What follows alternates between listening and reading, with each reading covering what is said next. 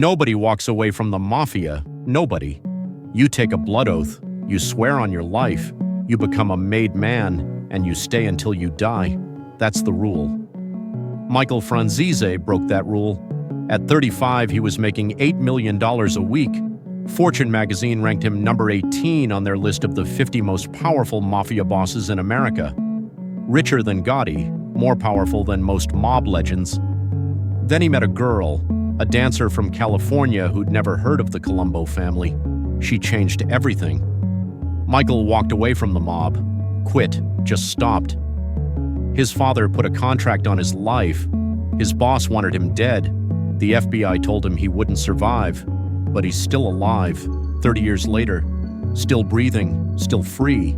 This is how he did it. Michael Franzese wasn't supposed to be a gangster.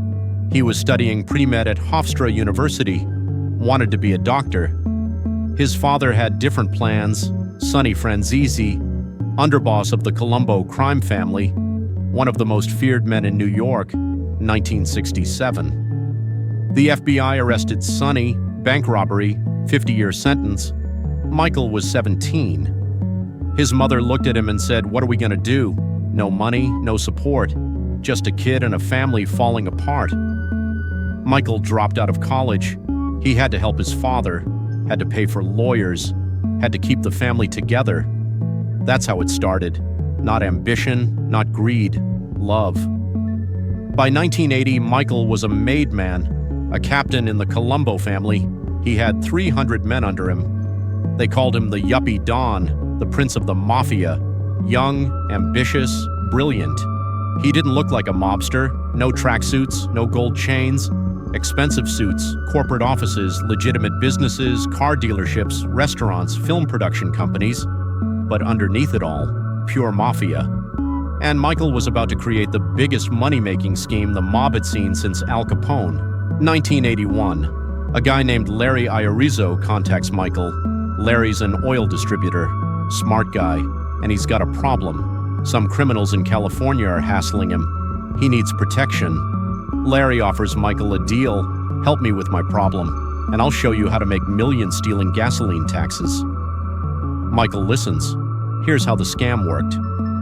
Gasoline has a 9-cent federal tax per gallon. Every time gas is sold, someone pays that tax to the government. But what if you just didn't pay it?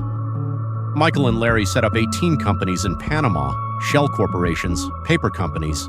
They'd sell gas from one company to another, on paper. Each sale was supposed to be tax-free. That was legal.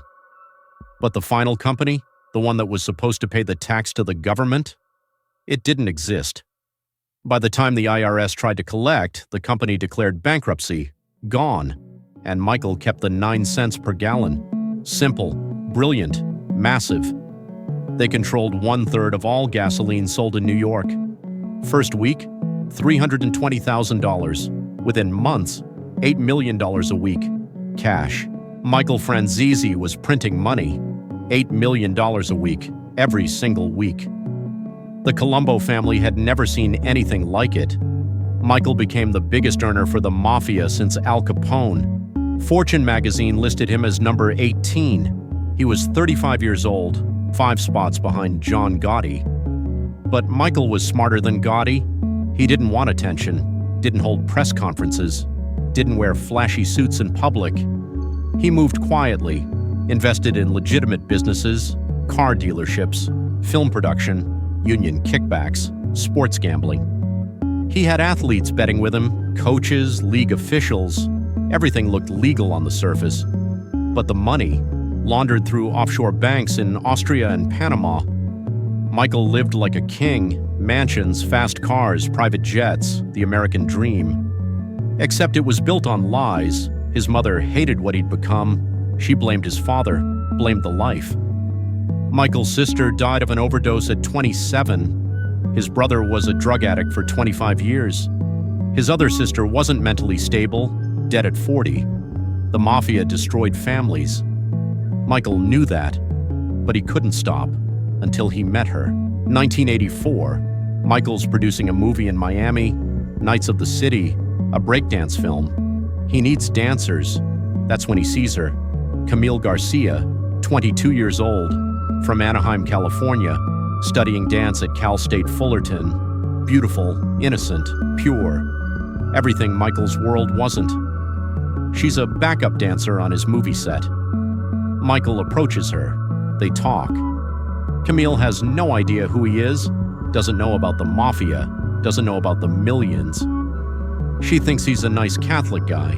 An altar boy turned film producer, Michael falls in love. For the first time in his life, he feels something he's never felt before. Guilt. Not about the stealing, not about the taxes, not about the money. Guilt about what this life would do to her. His mother spent 33 years without a husband. His sister overdosed. His family was destroyed. And here he is, falling in love with this girl. Thinking what? That he's going to marry her? Bring her into this nightmare? She'll end up like his mother, bitter, alone, destroyed. Michael looks at Camille and thinks, I can't do this to her. But he can't walk away either. He's trapped. Camille Garcia is a devout Christian. She goes to church every Sunday, prays every night, believes in redemption. Michael's been arrested 18 times, 7 indictments, 5 trials. He's a constant target. He knows how this ends, prison or death. That's it. Those are the options. 1985. Michael marries Camille. He tells himself he can protect her, keep her safe, keep her away from the darkness. He can't. 7 months after their daughter is born, Michael's indicted for racketeering. This time it's serious. Federal prosecutor Rudy Giuliani wants him buried, promises him 100 years. Camille's world collapses. FBI raids, house searches, agents everywhere. She had no idea what she married into. Michael looks at his wife, at his baby daughter, and he makes a decision. I'm done. Not because he's scared of prison. He's been to prison before. Not because of the FBI. He's beaten them 4 times already. Because of Camille. She prayed for him every single day, believed he could change. Michael decides to do something no made man has ever done. Walk away. No witness protection, no deals, no snitching, just quit. His boss will never allow it. You don't just walk into your Mafia boss and say, I quit. That's a death sentence. Michael needs a strategy. His plan is simple: plead guilty, go to prison, pay restitution, move to California when he gets out, get 5,000 kilometers away from New York, disappear quietly. Maybe they'll forget about him. March 1986. Michael pleads guilty to racketeering and tax conspiracy. The judge sentences him to 10 years, orders him to pay $22 million in restitution. Michael agrees, sells everything, his mansion, his businesses, his cars. He walks into federal prison thinking this is the price of freedom. 8 years later, I walk out and start over, but the mob doesn't forget. His father, Sonny, furious. Sonny spent his whole life in the Mafia, gave everything to the life, and now his son wants out? Betrayal. Sonny Franzese approves a contract on his own son's life. Michael's boss puts a hit out too. The FBI visits Michael in prison. You're a dead man, they tell him. You need witness protection. Michael refuses. I didn't snitch on anyone. I paid my debt. I'm walking out of here a free man, and I'm staying alive. Michael Franzese sits in a federal prison cell, year 3 of his sentence. He's in solitary confinement for 11 months, 23 hours a day, alone, no contact, no visitors, just silence. One day a guard hands him a Bible. Michael's never been religious, not really. He was an altar boy as a kid, but that was just for show, family tradition. He opens the Bible, and he starts reading. Something changes. He can't explain it. He thinks about his life, the money, the power, the respect. What did it cost? His mother's happiness, his sister's life, his brother's sanity, his father sitting in prison for decades. All for what? Money that's gone, power that's meaningless, respect from criminals. Michael becomes a born-again Christian, not for Camille, not for parole, not for anyone watching, for himself. He realizes something. The Mafia gave him everything, and it took everything. Camille gave him one thing: hope. Hope that he could be something different, someone better. Michael decides, when I walk out of here, I'm never going back, even if it kills me. November 7th, 1994. Michael Franzese walks out of prison, a free man. Michael moves to California with Camille and their kids, far from New York, far from the life. But you can't just disappear from the Mafia. The contract on his life is still active. His father still wants him dead. The Colombo family considers him a traitor. For 3 years, Michael lives cautiously, doesn't go to the same place twice, changes routines, watches his back constantly. Any day could be the day, but nothing happens. Maybe they figure he's not worth the trouble. Maybe they respect that he didn't become a rat. Maybe they're just waiting. Michael doesn't care anymore. He starts speaking at churches, at schools, to gang members, to athletes. He tells his story. I was one of the most powerful mobsters in America, made millions, had everything, and I walked away. If I can do it, anyone can. His message resonates. Kids listen, adults listen, people who feel trapped in their own lives. Michael becomes a motivational speaker, an author, a new man. But he never forgets. He knows what he was, what he did, the lives he destroyed. Redemption doesn't erase the past, it just gives you a future. Michael and Camille have been married for 40 years, 4 kids, 3 grandchildren, a normal life. Camille wrote a book about their marriage, This Thing of Ours.